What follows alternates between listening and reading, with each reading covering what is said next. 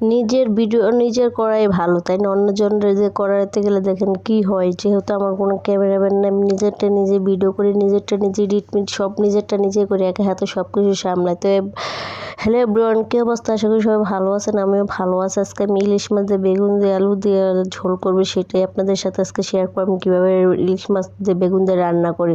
তো প্রথমে চুলাটা জ্বালিয়ে কড়াইটা বসে পরিমাণ মতো পেঁয়াজ কুচি আর কাঁচামরিচ দিয়ে এখন পরিমাণ মতো তেল দিয়ে দিছি। আজকে ভিডিওটা বেশি একটা ভালো হয় না, যেহেতু মোবাইলটা বারবার লড়তেছে, যেহেতু নতুন মানুষ দিয়ে ভিডিও করেছি সেজন্য এরকমটা হয় না, এরকমটা হওয়া স্বাভাবিক। নিজের কাজ নিজে যদি না করে অন্যজনটা দিয়ে করে তাহলে তো এরকমটা হয়। আর একটা কথা হলো, আমার মোবাইলটা অল্প দামি, ব্যাক ক্যামেরা তো একদম ভালো, সামনের ক্যামেরা যাই একটু মোটামুটি চলে, ব্যাক ক্যামেরা একবারে দেখার মতোই নিজে দেখেন কী অবস্থা দেখা যাচ্ছে। আর যেহেতু ছোটো মানুষদের ভিডিও করেছে বারবার মোবাইলটা লাড়াতেছে, যে বলতেছিল মোবাইলটা লাড়াও না, কিন্তু বুঝে না, যেহেতু ছোটো মানুষ আমারই ভুল হয়েছে, তারে মোবাইলটা দিয়ে যে ভিডিও করে দেওয়া, ভাবলাম যে একটু অন্যরকমভাবে একটু ভিডিও করার চেষ্টা করে। এখন দেখি না, আমি যেভাবে করতাম ওভাবেই ভালো আসলে, মানুষদের করালে আরও হয়ে যায়। এগুলো একটা ভিডিও করে একটা প্রফেশনাল মানুষ দিয়ে করানো ভালো, যে বুঝে যে জানে তাকে দিয়ে করানো ভালো, ছোটো মানুষদের করানো ভালো না। এটা আমি এখন বুঝলাম, অভিজ্ঞতাটা আর একটু বাড়লো। তো কথা বলতে বলতে তরকারিটা প্রায় কষানো হয়ে গেছে। আর কে কে আছেন আমার মতো বেগুন দিয়ে ইলিশ মাছ দিয়ে খেতে ভালোবাসেন অবশ্যই কমেন্টস করে জানাবেন।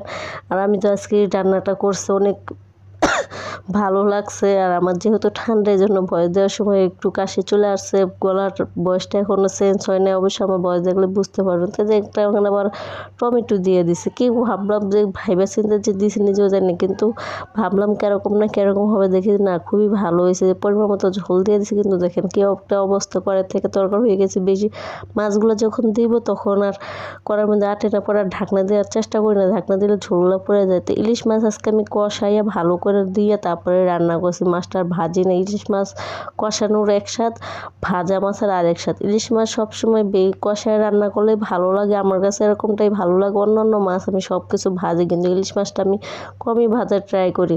তো দেখেন কী অবস্থা, কড়াই থেকে তরকারি বেশি হয়ে গেছে। এখন এই যে দেখেন, ছোটো মানুষদের ভিডিও করলো বা যাই হয়, কেউ কিছু মনে করবেন না, সবাই ক্ষমা দৃষ্টিতে দেখবেন। আর ছোটো মানুষদের যাদের ছোটো মানুষ আশেপাশে আছে তারা তো অবশ্যই সমস্যাটা ফিল করেন। সে আমার কাছে আসছে, জোর করে বলছে যে আমি একটু ভিডিও করে দিতে, যে ভাবলাম তো থাকবে সমস্যা কি। তো কথা বলতে বলতে তরকারিটা প্রায় হয়ে গেছে। আজকে ভিডিওটা কেমন হয়েছে অবশ্যই কমেন্টস করে জানাবেন। আর এখন রান্নাবাড়া শেষ প্রায় হয়ে গেছে, তো এই জন্য চুলাটা মুছে নিতেছে। আর আমার ভিডিওগুলো সব একটু শেয়ার করে দেবেন যদি ভালো লাগে। আর পরবর্তী আরেকটা নতুন ভিডিও নিয়ে চলে আসবো। আজকে এই পর্যন্তই, আল্লাহ হাফেজ। কি জানি বলতে একটা চাইছিলাম, কিন্তু বলার হয়ে ওঠে না। আরেকটা ভিডিওতে বলবো, অবশ্যই ক্লিয়ার করে, অবশ্যই অপেক্ষায় থাকবেন আমার ভিডিওর জন্য।